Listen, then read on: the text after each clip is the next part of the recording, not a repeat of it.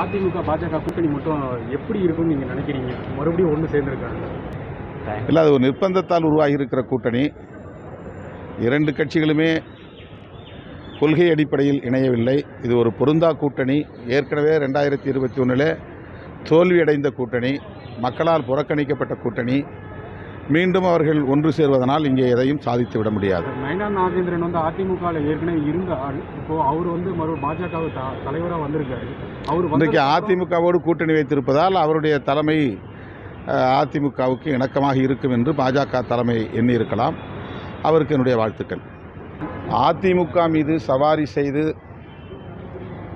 இங்கே ஒரு அரசியல் சக்தியாக தம்மை நிலைநிறுத்திக் கொள்ள வேண்டும் என்ற முயற்சியில் பாஜக தொடர்ந்து ஈடுபட்டு வருகிறது. அவர்களது கொள்கையை சொல்லி தமிழ்நாட்டிலே வேரூன்ற முடியவில்லை. ஆகவே இரண்டு திராவிட கட்சிகளுள் ஒரு கட்சியை தோழமை சக்தி என்கிற பெயரில் அரவணைத்து அவர்களை வீழ்த்த வேண்டும் என்பதுதான் பாஜகவின் உண்மையான செயல் திட்டம். அந்த சதி வலையில் அதிமுக சிக்கிக்கொண்டது என்பதுதான் மறுக்க முடியாத உண்மை. திரு எடப்பாடி பழனிசாமி அவர்கள் பாஜகவோடு சேருவதில்லை என்ற முடிவை நாடாளுமன்ற தேர்தலுக்கு முன்பே எடுத்தார். அதில் உறுதியாகவும் இருந்தார். 2026 சட்டமன்ற பொதுத் தேர்தலிலும் பாஜக அல்லாத ஒரு கூட்டணியை அமைத்து திமுக கூட்டணியை எதிர்கொள்ள வேண்டும் என்று விரும்பினார். ஆனால் அவருக்கு அவரோடு இருக்கிற முன்னணி தலைவர்களே முழுமையான ஒத்துழைப்பை நல்கவில்லை. அவர் எடுத்த முயற்சிகளுக்கு ஒத்துழைக்கவில்லை என்றுதான் தெரிகிறது. பாஜக கொடுத்த நெருக்கடியின் விளைவாக அரை மனதோடு தான் இந்த கூட்டணியை அவர் அமைத்திருக்க முடியும் என்று நான் கருதுகிறேன். பாஜக தனித்து நிற்க முடியாது. தனித்து நின்றால் அவர்கள்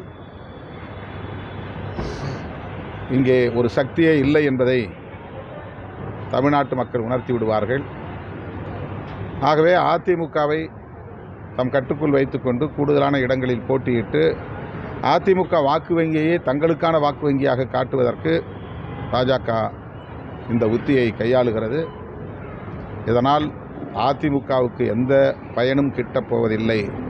பாஜக ஒரு அரசியல் சக்தி என்று காட்டிக்கொள்வதற்கு இந்த களம் அவர்களுக்கு பயன்படும். எடப்பாடி பழனிசாமி ஒரு வார்த்தை கூட பேசலை, ஒரு சின்ன புன்னகை கூட இல்லாமல் இருந்தார். அந்த அளவுக்கு அவருக்கு அழுத்தம் கொடுக்கப்பட்டிருக்கும்னு நினைக்கிறீங்க? அதனால தான் சொல்கிறேன், அவர் மனப்பூர்வமாக இந்த கூட்டணியை உருவாக்கவில்லை அல்லது இந்த கூட்டணிக்கு அவர் உடன்படவில்லை என்று தான் நான் கருதுகிறேன். இந்த கூட்டணி அமைஞ்சதுக்கப்புறம் ஓபிஎஸ், டிடிவி தினகரன், சசிகலா அவங்களுடைய கூட்டணி எப்படி இருக்கும்னு நினைக்கிறீங்க? அவங்களுடைய அடுத்த அரசியல் நகர்வு எப்படி இருக்கும்? இல்லை, அவர்களை எல்லாம் அதிமுகவிலே இணைப்பதற்கு கூட ஆர்எஸ்எஸ் அமைப்புகளை சார்ந்த முன்னணி தலைவர்கள் திரைமறைவிலே முயற்சிகளை மேற்கொண்டார்கள் என்றும் தகவல்கள் கூறுகின்றன. அதற்கு எடப்பாடி பழனிசாமி அவர்கள் உடன்படவில்லை. ஆகவே பாஜக உட்கட்சி விவகாரங்களில் நாங்கள் தலையிட மாட்டோம் என்கிற வாக்குறுதியை தந்துதான் இந்த கூட்டணியை உறுதிப்படுத்தியிருக்கிறார். எடப்பாடி பழனிசாமி அவர்கள் இந்த நிபந்தனையை முன்வைத்து தான் பாஜகவையும் பணிய வைத்திருக்கிறார் என்று தெரிகிறது.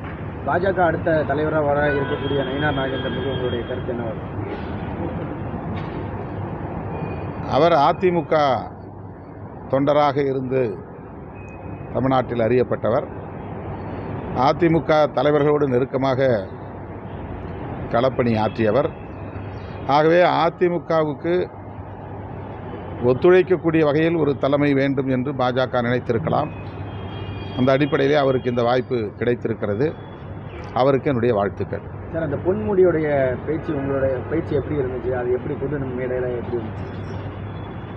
முதல்வர் அவருடைய பேச்சுக்கு உரிய நடவடிக்கை எடுத்திருக்கிறார். துணை பொதுச் செயலாளர் பதவியிலிருந்து விலக்கியிருக்கிறார். ஆகவே அது நடவடிக்கைக்கு ஆளாகி இருக்கிற சூழலில் மேற்கொண்டு கருத்து சொல்ல விரும்பவில்லை.